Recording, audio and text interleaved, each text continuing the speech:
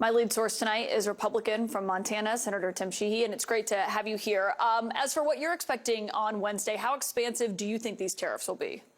Well, fundamentally, I think the point is the intent of what these are aimed at doing. And I think a lot of the economists that have been referenced a lot here, they're focusing on kind of a late 20th century economic model, which really has been the bedrock of how the stock market reacts because they want certainty. And they've built their models around an economic model that has the United States has reformed its industrial base from what it used to be, which was a manufacturer and an exporter of key goods, to one which we have encouraged through our national fiscal policy to send manufacturing and heavy industry jobs overseas. And that's exactly what's happened in the last 30 years. And what it's really been is an upward transfer of wealth from blue-collar jobs, middle-income jobs, to the finance sector and to tech sector. That's not all bad, but it does have impacts that we have to accept are real, and that is hollowing out a lot of our rural communities and manufacturing communities. And the intent of these is to bring a lot of those jobs back and reinvigorate industries that are key to America. So I think on Wednesday what we're going to see is a very clear policy that says we want businesses to invest in America. And if you don't invest here, and if you're not doing what's right for the American worker, you're going to pay the price. But do you support what this is going to look like on Wednesday? Are you prepared to say that you do support it, or are you waiting to see what the details are? Well, first of all, as you've even heard Kevin Hassel just say, the chair of the National Economic Council, we don't really know exactly what's going to look like yet. And the president is in the process of making his decision of what that's going to look like in actual final form. But I think we've pretty clearly seen what it does look like in draft form, which is we expect things that are good for our people, reducing fentanyl flows into this country. He's made very clear to China that if you're going to continue to import precursors and fentanyl itself into our country for the specific purpose of killing our people, we're going to use tariffs to make that stop. If you are Colombia and you're refusing to take back illegal, criminal, violent aliens that have come here, we're going to tariff you. If you're Mexico and you're not helping us secure the border from massive illegal immigration, we're going to tariff you. So the tariffs have both a broader intent to reform the economy and make world trade fairer for the American taxpayer, and they also have very specific targeted intent that makes sure we're stopping a lot of things that have been going on that are bad for the country. Yeah, the White House seems to be making this argument that maybe there's short-term pain but long-term gain here. But you just mentioned some of those countries. I mean, I was looking at the numbers. 95% of Montana's imported goods come from Canada, Mexico, and China. Is this going to hurt people in your state, you think? There's absolutely going to be short-term pain. The president's been clear about that. Everyone has. I mean, if you're going to remodel your house to make it better in the end, it's going to be really annoying in the short term when your house is getting remodeled. And there's drywall dust everywhere, and there's workers in your living room. The reality is that remodel has got to happen in order to make things stronger and more stable on the back end. We've had generations now of countries taking advantage of the strong American economy, the strong American workforce. That's happened in Western Europe, where they have not had to pay for a military, they have not had to pay for an intelligence construct because we've essentially provided them a free umbrella for security. South Korea is a similar situation. They've had an amazing economy based in manufacturing and technology that has benefited from the fact that we've had 20,000 troops on the 38th parallel for 75 years, allowing them to exist. So, and it's not delinked from tariffs. This whole broad construct of America First really outlines that America has underwritten the prosperous 20th century for the entire world.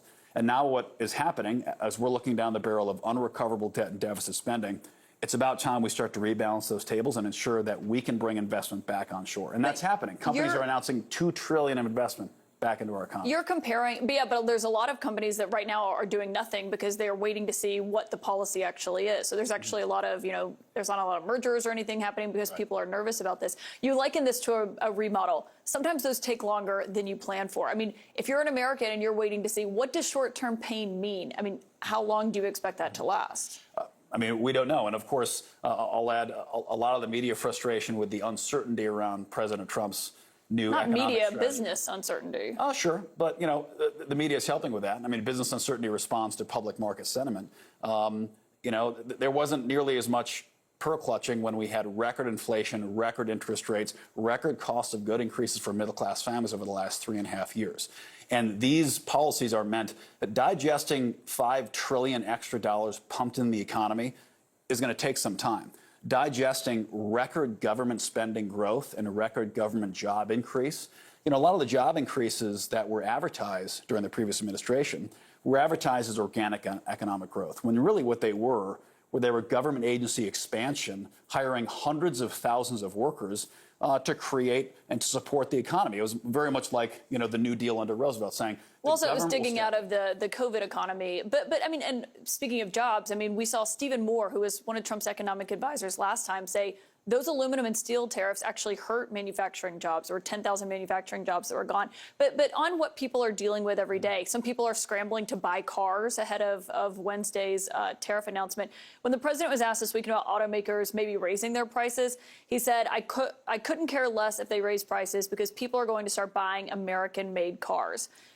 Right now, there is no such thing as an all-American car. Obviously, cars that are made here have a lot of parts that come from Mexico and Canada. But that's the very point. Is that your reaction, though? You don't care if people pay more? You just mentioned, I think, the very heart of the issue is there's no American-made cars anymore because our government policies have incentivized not to make them here. They're not made here because we couldn't make them here, or the American worker didn't want to make them here, or somehow there was a force field preventing us from making cars here. They stopped making them here because our government disincentivized companies to make things here. That was an intentional policy, and other countries saw that and reacted and said, listen, if America's not going to encourage companies to make things in America, then we'll make them here for cheaper and dump them into the American market, especially when we have a strong dollar. We have incentivized, I mean, just like water and gravity. You have a higher piece of dirt, the water will flow off that elsewhere. We have encouraged, now we've had a very strong finance sector, a very strong tech sector. Those are great things. We want that. But that has come at the expense of other industries. But automakers can't just switch things overnight. I mean, the president talked about how he gave them a 1-month reprieve before these tariffs go into effect. But they can't switch production in a month. I mean, that takes years. So are people going to be paying more for cars for years? And the sentiment is, I couldn't care less, as the president said? There'll certainly be a transition period. And I think in anything there's a transition period, like we saw during the COVID economy, when we were pumping trillions of dollars in and creating a false economy of government spending. What will provide certainty is when we make the Tax Cut and Jobs Act permanent. So companies know in permanency what the U.S. tax code will be. It won't be a temporary thing that immediately goes back to a penalizing tax code. When we can provide regulatory and tax code certainty to American investors, global investors, and businesses, they can say, okay, now we know what the American tax and business landscape will look like in perpetuity. We can invest in that. And in the next 48 to 72 hours, and hopefully as we see what the Senate and House does over the next couple of weeks, we can make these tax code changes permanent, the Trump tax cuts permanent, and now we have the type of certainty that businesses want to invest in. Yeah, we'll see what that looks like. I also want to ask you about farmers generally. During the first administration, they had to bail out farmers. It was about $28 billion at the end of the day. Do you expect that is something that the administration will need to be doing again this time around?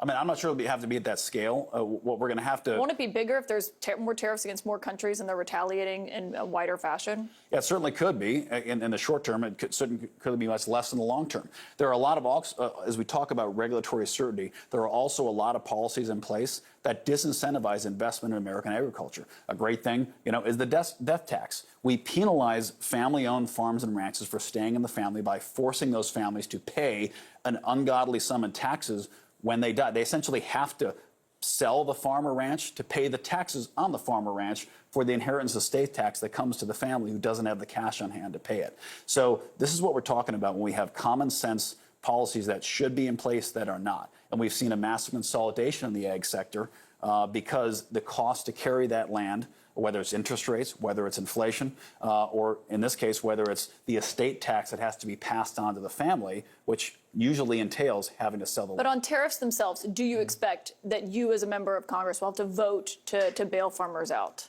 I mean, we're going to be there for them if we have to be. And you would go bigger than $28 billion if you need to? I mean, we don't have a metric on it yet. I mean, the landscape is just different than what it was last time. But I mean, we have to protect our ag sector. I mean, we have to be able to feed our country.